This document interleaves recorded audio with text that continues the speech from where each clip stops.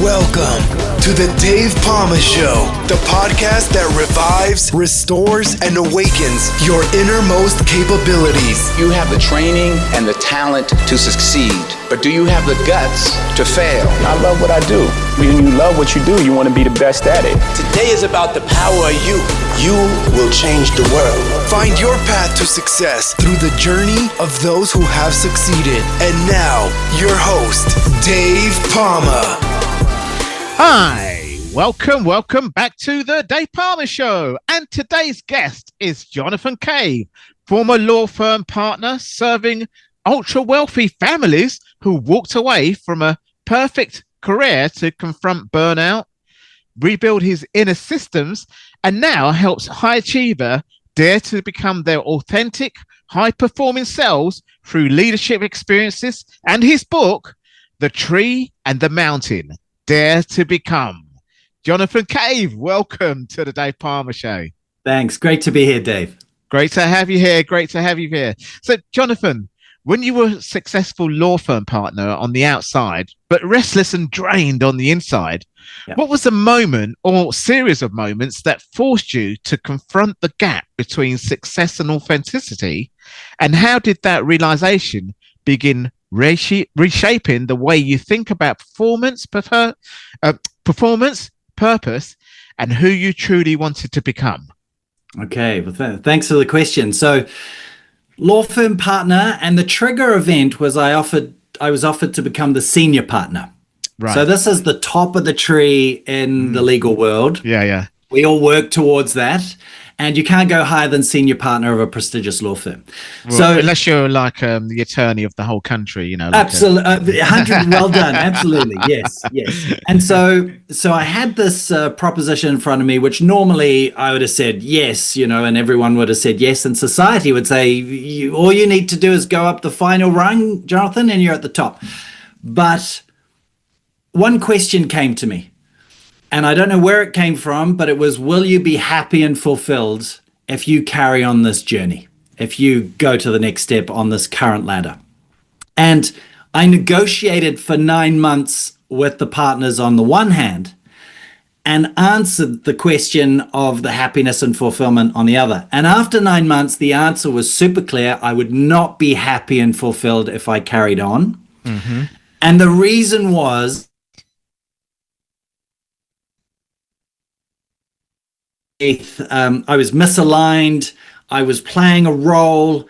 I was my back was blocking up every 2 weeks. My osteopath became my best friend because I saw him all the time. I wasn't present with my kids. I became more distant with my wife. The whole internal thing was kind of crumbling. And so I knew that I needed to step away and figure out how I had gotten to the top of the tree but lost myself on the journey. So I decided to not accept the offer of senior partner. I resigned from the firm. I said I was leaving the law. Everyone thought I was absolutely crazy. Best thing I ever did. All right. Okay. Well, that's quite an interesting thing. It is something where people do, in the personal development world, where people do look at themselves and think, what is your why, and what happened, where you did a career. Was it parent pressure? Was it something that you didn't really want to go into, but it happened anyway, or that sort of stuff, really. And I'm glad I didn't really get my promotion in the end and become fire chief. There's been a few suicides in the fire service and things like that. And it must happen in in high pressure careers, even in law, but obviously health service and where the pandemic got affected with professionals dealing with it, frontliners. And so I can understand that area. I actually had a few friends, a couple that were in the legal business, though, lawyers, actually. So, but anyway, we don't want to go down that road. he was into personal development stuff, and he actually left and had his own recruitment firm in the end, and did a lot spoke a lot together with me about personal development before I wrote my book as well. So fantastic. Let's get on with yours before we talk about your book, because it's quite interesting. What happened to your back, by the way? It's quite interesting because obviously I've got a fitness diploma, just as out of interest. Of my sports career in the Commonwealth Games and things like that, Okay, wow. That's why I went to New Zealand, actually. So. I want to interview you. I want to There's so much there, Dave. I can. Oh, there is. Yeah, but let's stick with you for the moment. Okay, for the moment. So no, I mean, I realized I put my accumulated stress in two places. Number one is my liver. So often I've had my liver checked by all doctors in the world, pretty much. There's nothing there. It's just I put my stress in there. And my back would blocks regularly, meaning I can't get out of bed when I'm too stressed. And so I have to go to an osteopath and unblock. So when I was in my most disconnected, misaligned, it was every 2.5 weeks. Yeah. Right. Okay. As in seeing the osteopath, or to function, because it would block or was you being distressed and misaligned every 2.5 weeks, or was that a daily thing? No, it was a recurring. I was so misaligned generally that my back would be the symptom of, hey, Jonathan, you're not being yourself, you're not aligned, you're not in your high energy space, and we're reminding you that don't go down this road because you'll have graver health issues if you carry on. Yeah. And what legal area was you into anyway? I was looking after the fortunes of very wealthy people, so structuring and protecting companies, trusts, corporate, basically. Yeah, bit of corporate, but asset protection we call it. Oh, yes. Right, okay. Wealthy Asset people, protection, making sure that their succession is organized and. Because so, I mean, he was earning well out of that. Obviously, everybody needs a lawyer. Everybody needs a lawyer for all kinds of things. Even the most poorest people could do with a lawyer. It's not really a. But anyway, let's not go down that road because I know, as I say, a thing or two. However, some people would say, "Well, you have a wealthy career. You got well, what the hell did you leave for?" I mean, I can understand because I've done this work, and. I think go for it. Well, I was going to say, what was the epiphany? I mean, obviously, I could see it coming in terms of your health was going, and that without your health, what have you got? That's a saying, isn't it? You've got a family as well. Obviously, you've got to look after your children. I've got a 10-year-old daughter, which obviously I started late with, but of course, it saps the living energy out of you, doesn't it? Yeah. And you want to be with them. You do want to be with them. You do. You do. I was sick of giving my best energy at work and bringing the leftovers home to the people I love the most, my two kids and my wife. And there comes a moment where you are asked, what kind of life do you want to live? And most of us are, we're conditioned to chase external metrics, be it money or impact or power or recognition. It can be all kinds of different things. And the promise of society is the more you achieve those external metrics, the more internal happiness, fulfillment you will get. And to a certain extent, yes. But there are internal metrics that we're not taught to chase at school, like joy and energy and connection and meaning. And my gap, I call this the happiness gap, my gap just got too big. Right. And how I was living was not connected to who I am as a person. And so it created this happiness gap. And the wider the gap, the more stress and misalignment and the feeling, I hate my job. And so I went, right, I need to close this gap. I need to bridge it so that what I do on a daily basis is a reflection of who I am as a person. And when you close that gap, that's when you're in the sweet spot, high performing, high energy, feel like you can conquer Everest. Yeah, no, absolutely. You're in that flow. Yeah. No, I could see that exactly what you mean by that. I mean, in the life coaching, they do have this thing called the wheel of life, where you take a look at everything in your life, in terms of that. But every coach has their own little kind of way, and obviously yours is a happiness gap. That's your kind of theory. I don't really have anything like that. I just sort of pick out a few things and say, right, I'll just hold you to account. What's your goal? You're obviously really big on your trademarked area of doing that, really. But before we go into what you're doing now, let's talk about your transition, because that's obviously you must have spoken to your wife about it. It's obviously you kind of like, you must have had some accumulated wealth anyway, because obviously if anything goes wrong, there's plan B and things like that. So you made the kind of pivot, if you like. And when was that? When was that? It wasn't during the pandemic, was it? No, it was 2016. Oh, right. That's a fair while ago. So that is, so yeah, let's talk about the transition and the moment, you know, the epiphany came in. It was a ding, you know, I've got to talk to my wife about it. I've got to tell my work and people were telling me no and things like that. Let's talk about that area and how you actually took the leap and, you know, of faith and said, no, I'm going to go for it. Because that's where people will want to say any kind of like pivot that people do. And when they're at a crossroads in their life, especially when it involves health and family and things like that. Tell us about that part of your life before 2016. So this might be useful for people listening, is that I created a mentor group during these 9 months of people I respected, but who didn't necessarily get on, like my divorced parents and things like that.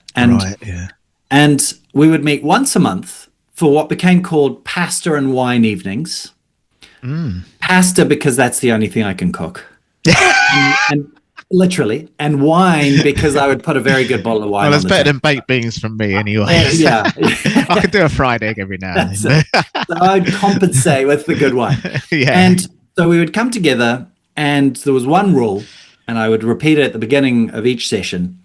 Don't tell me what you think I should do. All right, because my mom, my dad, this, you know, I didn't want them to give me what they would do in my position, and because then it's vicarious, you know, they would give me advice based on what they have and haven't done in their own lives. So it was really good in the sense that they were a sounding board for me to work through with them and ask different people different things. And every time we'd come out of this pasta and wine session, I feel I would make a jump forward in terms of my clarity, and because it was a big decision. I had 2 small kids, and I didn't have enough money to retire, far from it, and I was 40 years old. So that process of having trusted people who weren't advisors, who were kind of we were ping-ponging together, and then collectively helped me arrive 9 months later to absolute clarity where I knew what the right decision was for me. The second point, my wife, is that she wasn't part of these, she wasn't, because she and I are another unit in a sense, right? But she said to me, listen, I will support you whatever you decide. I married the happiest, most energetic guy I ever met. If you can bring him back and find him again, then I will follow you to the end of the world. And she's the hero of the story, because she, for 2 years afterwards, she has a job, and she was bringing in the money. While he was doing while he's making your transition. While I was making, so you know, that changed our lifestyle for 2 to 3 years. You know, it's quite hard, the big isn't trips and the 5-star hotels. But she not never that anymore. at that time. But she never once said, "Oh, you know, I have to forego this, or I don't have that." Never once, and always said, "I believe in you, I trust in you, and I love you." Wow, I mean that's priceless, you know. She's a keeper. She's my soulmate, and I'm so happy that I married her. Oh, fantastic. Well, that's good. I mean, I can see you're very happy in your life now, obviously, with the big smile you've got. I mean, obviously, this is an audio first podcast, so you'll have to skip over to the video version on YouTube, you know, as most radio DJs do. You know, they have a little webcam somewhere pointed at them with their headphones on. But anyway, so that transition and that journey happened, and things started working well, as you've just mentioned, with your wife and the kids and everything else, because obviously that's suited you better, and obviously your health. I mean, as I say, I always put that first anyway, and at that and kids as well, because they obviously at the forefront, you know. Completely. Now fast forwarding, let's tell us how you actually built this business up to get you where you are now. So where you was then to where you are now. And then we can talk about what you're doing now and your book.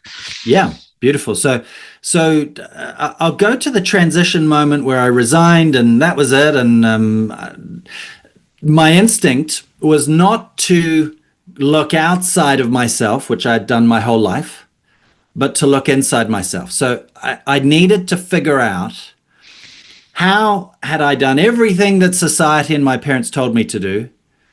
had success on the outside, but not on the inside. So instead of reading books or looking outside, I actually got a piece of paper and a pen and started asking myself questions. Who am I? What are my passions? What are my talents? What are my deepest fears? And 20,000 words came out, Dave. I'd never written anything before, and the dam just burst open. And my answers led to new questions, new questions. And so everything came out, and without realizing it, I had created a very simple methodology in 3 steps. One is figure out how you function, how you make decisions, how you communicate, why we have that little voice in our head telling us we're not good enough, etc. So that's how we live, how we operate. That's one. Number 2, I discovered who I was.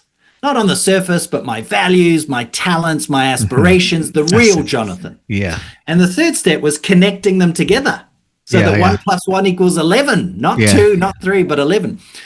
And by going through this process, realizing it, I created my own coaching methodology for me to figure out how to go from misalignment to alignment, from external success to internal and external success. I tried this approach on a few mates against some beers, because as a New Zealander, that's the currency we use. I've been to New Zealand, I know. Yeah, so it's the same in the UK as well. You don't walk anywhere. Depends where you are in the UK, but yeah. Without having beers. That's the currency before you can walk through the door. Yeah, I know. So my friends tried it out and said, wow, this is really powerful, really simple, but really powerful.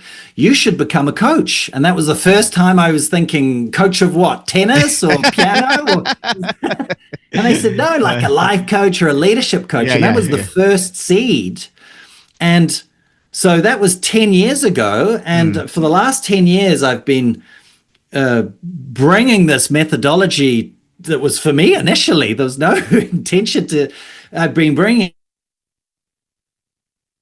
the world, and now I work. It's ironic. Now I'm back with, ultra successful people, be it in sport and politics and business and all kinds of areas. But instead of helping them with their money, like I used to do, I'm helping them with their alignment, their energy, and their inner success. Yeah, meaning the relationship with themselves, their inner confidence, and the part of the iceberg which is not seen on the surface, but we feel, you and I feel, and people feel on a daily basis, and often that revolves around a lack of confidence in ourselves, even though we show the reverse, and our sensitivity where we have difficulty calibrating it, so we react to things over and over again. That's my space, the part at -50, -100, and it's been so much fun. So tell us a little bit more about that space then. So what would you do in that space, and how would you work with clients in that space?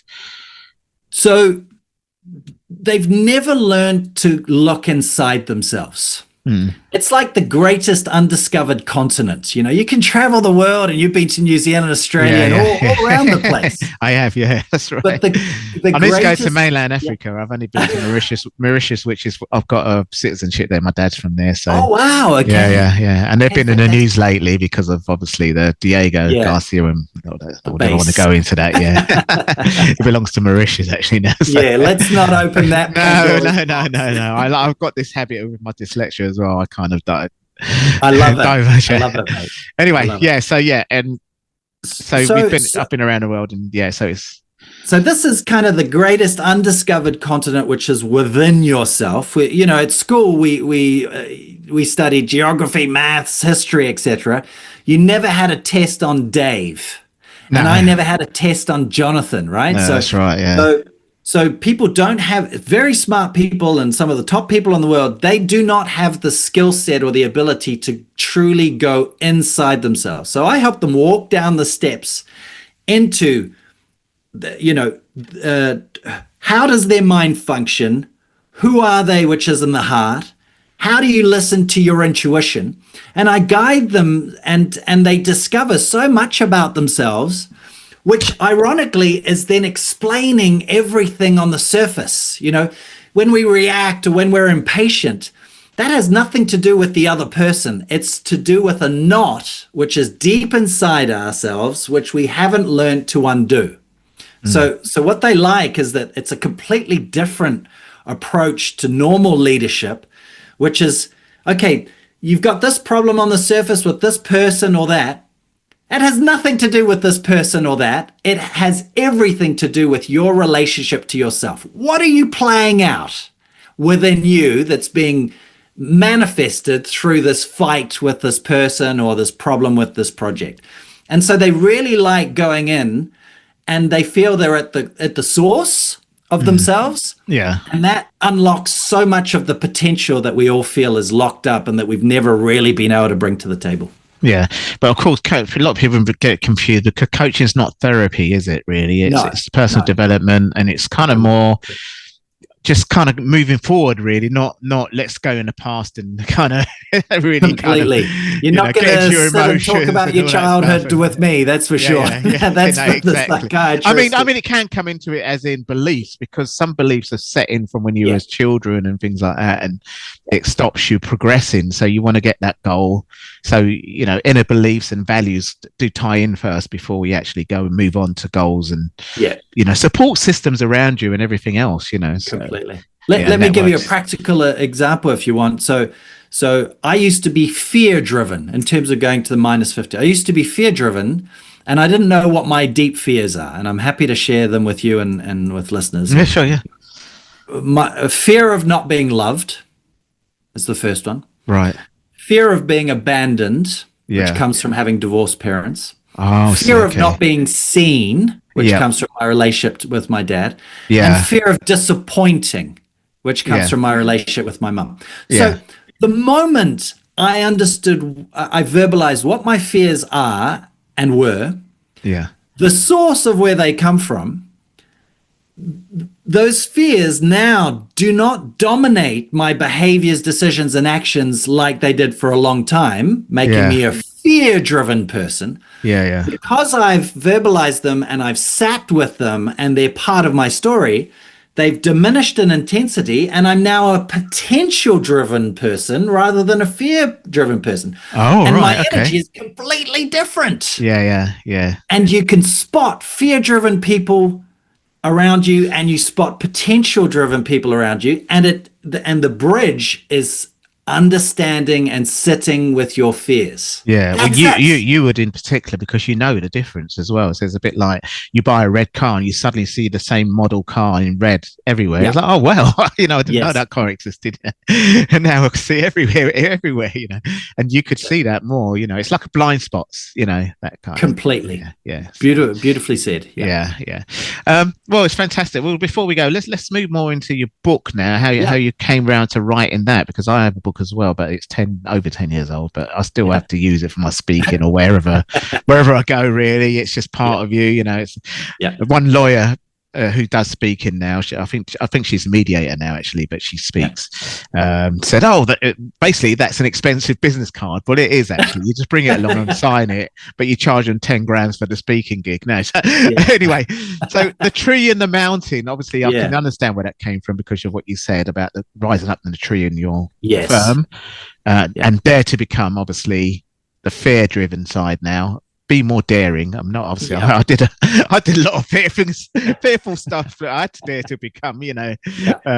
But even so, even firefighters need personal development work, and responders and health workers. Everybody does. We all do. We're all human. We're all human at the end of the day.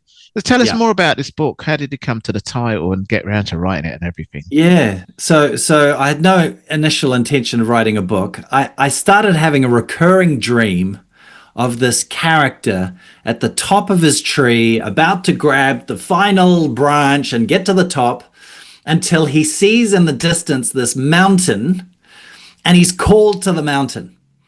And he gets down from the tree, even though he never got down from anything in his life because he's a high achiever. And he goes to this mountain, he starts meeting characters, and realizes that the mountain is a symbol of himself, his true self, that he lost on his way up the tree. So he meets characters. And so I was dreaming this 7 years ago, and then characters started to appear, and they started having names and mannerisms, and I went, wow, this is so vivid, so clear, that I decided to write about it. I thought, right, I didn't ask for this, but it's coming to me. Just don't over rationalize it. Put it on paper. It took me 7 years, and so it's a fictional work where everything is symbol and metaphor. And I think that when you're in a story like, a fable, an allegory, people's rational mind takes a break, and you're into the heart, you're into the child who remembers reading stories and fables when they were young. And so I wanted to communicate this methodology of learning to go inside yourself in a way that my kids could read it and understand and say, this is a really cool story, and get maybe 1 or 2 levels of understanding. But then you, Dave, would read it and get like 5 levels of understanding, like a good Pixar film, that I know what you mean. Going to see. Well, you could watch a family animation, and then the adults could pick out stuff that kids will see funny, and then you'll see a kind of adult humorous stuff, because there is something for everyone in it, isn't there? And the kids wouldn't get it, the adult bit, because it's like, you haven't even been there yet. You can see the experience. I sat down and watched a film with my daughter wanted to watch. She's only 10, but what was it now? The Hoppers. It's a recent film. Oh, I don't know that one. No, it's only just come out. It only got released last Friday. And I started laughing at bits of it. And why am I laughing? This is for 12-year-olds. And it's like, no, actually, it was which is anyone. Anyone can watch it. A family, basically. And then she got, sorry, go back to your thing. No. But the book, I'm trying to put the analogy to your book. All good. No, so not saying your book's a kid's book. It's just not, nothing wrong with kids' books. It's just... Well, here's the thing. It's my kids loved it, and I wrote it as a page turner. So you always want to know what happens next, because on the mountain there are wolves and there's storms and there's caves. So I used everything you can use on the mountain but everything has a deeper message, right? So the wolves are the fears and etc. I won't give the game away, but everything is very subtle, and so they read it and loved it, and I've sent it to the CEOs I look after, people who are managing 10,000 people in big industries, and they loved it as well. So hopefully it reached that kind of, it's a cool story with profound messages which will speak to you wherever you are, at a 13-year-old self or a 77-year-old self. It'll invite you to relook at your life, your choices, without any judgment, but in a way that you can really dare to become yourself even more. And I think we all want to be, Dave wants to be amplified Dave. Jonathan wants to be amplified Jonathan. It's not about Jonathan being Dave or Dave being Jonathan, because we would fail at trying to be each other. But how can we be ourselves even more for the benefit of our families and our projects and ourselves? That's what it's about. Oh, fantastic. So before we go, tell everyone where they can find this book and where they can find out more about your coaching and everything else about you, Jonathan. Thank you. Very kind. So you can find the book on Amazon or Goodreads, or go down to your local bookstore, and if they don't have it there, then they'll order it in for you. That's number one. And you can find me. I'm 49 years old, Dave. I'm on 2 places. One is internet. So jonathancave.com is my website, and that explains everything about what I do and what we do, because I have a whole team with me. And otherwise on LinkedIn. For those who use that. I'm not on TikTok. I'm not on Instagram. My kids think I'm prehistoric, but there we go. I accept being a dinosaur. And apparently those videos, I do put the podcast shorts in there because it does actually boost up the reach for it. So I've been told to put it on there, Fantastic. So and you I should do it like that. And again, it's like your book. It'll reach 13-year-olds and it'll reach 70-year-olds on my email and LinkedIn and everything else, So beautiful. Fantastic. But of course, there's a podcast apps like Apple and Spotify as well, and others, Amazon, and amazing. I don't want to talk about that because obviously we're talking about your book. Anyway, I actually wrote my book when I was it was published when I was 49 as well. So oh, really? Yeah. And can I say, Dave, I have so much respect for people who write and publish books, because I know how hard it is. So can I just say congratulations, because it's the hardest. But I'm an independent thing I've ever done. But the company, I'm an independent author, but the company which works with Hay House helps me do it. So fantastic. That's how it sort of works, because the idea was leave the fire service, do some speaking and coaching. Same thing, someone told me, why don't you do coaching and blah blah blah, and it was on the pipeline for ages, so. What's the name of your book? I'm going to order it. Firefighting from within, how to master from within. Beautiful. So it is kind of a firefighting term as well, like when you firefighting within the building, but it's like backdraft, isn't it? Really, it's an actual firefighting term, but it's also the name of a movie. It's kind of like that, I remember. Yeah, so it's. I'm going to order it, and I'm going to send you mine. All right. All right. Okay. You can send send you mine. Yeah, you can send an e-copy if you want. I mean, with my dyslexia, I can put it on audio, and listen to it. So that'll be all right. Super. Excellent. Well, it's really great pleasure speaking to you, Jonathan. Thank you. Thanks a lot for coming and sharing your story and your work and your book with my audience today. Have you for this great opportunity, and keep on doing what you're doing, Dave. It's awesome. You too, Jonathan. Bye-bye. Bye. That's all for this episode. Thanks for listening, and remember, if you want to support what we do, then share, subscribe, and leave a review over on Apple Podcasts. Or head over to my website, davepalmer.com, and click on Rate Show. Well, that's all for now, but I'll see you in the next episode of The Dave Pamah Show. Follow us on Facebook, Twitter, and Instagram.